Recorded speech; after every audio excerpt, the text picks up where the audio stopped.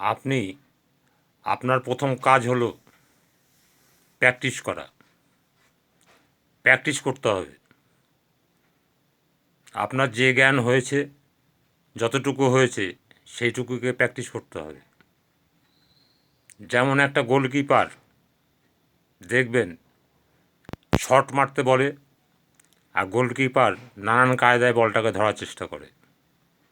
কখনো কখনো লাফিয়ে, কখনো মানে সাইড কাট বল আসছে জাম্প মেরে, কত রকম কায়দায় বলটা ধরার চেষ্টা করে। এই প্র্যাকটিসটা আপনাকে করতে হবে। যেমন আমি অনেক কিছু জানি, অথচ প্র্যাকটিস করছি। এই যে আপনাদের বলছি, এইটাই প্র্যাকটিস করা, এইটাই রেওয়াজ করা। তাতে আমার কি হচ্ছে, যে বিদ্যাটা কাজ ছাড়ার পর ভুলে গেছিলাম, সেই বিদ্যাটাকে আবার চর্চা করলাম। তাই আপনি যতটুকু কাজ শিখেছেন সেইটুকুকে বাড়িতে বসে প্র্যাকটিস করবেন, একা একা বলার চেষ্টা করবেন। দেখবেন আপনার জড়তা কেটে যাচ্ছে, আপনি আস্তে আস্তে ভালো বক্তা হতে পারবেন। এইভাবে আপনাকে তৈরি হতে হবে। নিজের হাতে খেতে হবে, কেউ খাইয়ে দেবে না। আপনাকে একা একা একা একা তৈরি হতে হবে। একা একা আপনাকে বাড়তে হবে। যেরকম একটা গাছ ছোট্ট চারা লাগালেন, সে আপনি দেখবেন, তাকিয়ে থেকে দেখবেন তো গাছটা কখন বাড়ছে, বুঝতে পারবেন না। গোটা দিন রাত্রি তাকিয়ে থাকলেও আপনি বুঝতে পারবেন না।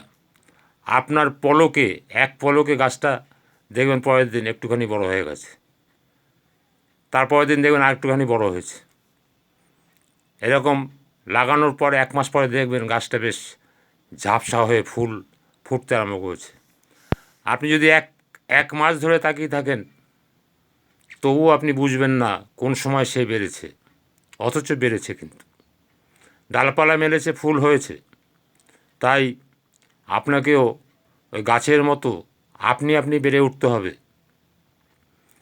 আপনাকে বিকশিত হতে হবে, বুঝাতে হবে ইয়েস আমিও পারি নেটওয়ার্কে জয়েন করার পর একা একা তৈরি হতে।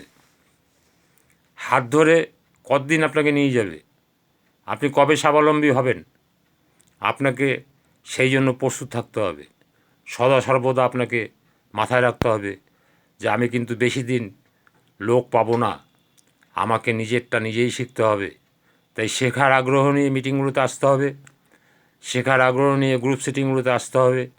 শেখার আগ্রহ যেন আপনার থাকে 100-র মধ্যে অন্তত 60 ভাগ, বাদবাকি দায়িত্ব সিনিয়রদের থাকবে আপনাকে শেখানোর। তবেই আপনি শিক্ষিত হতে পারবেন, তবেই আপনি একা একা চলতে পারবেন, আপনার দানা বাঁধবে।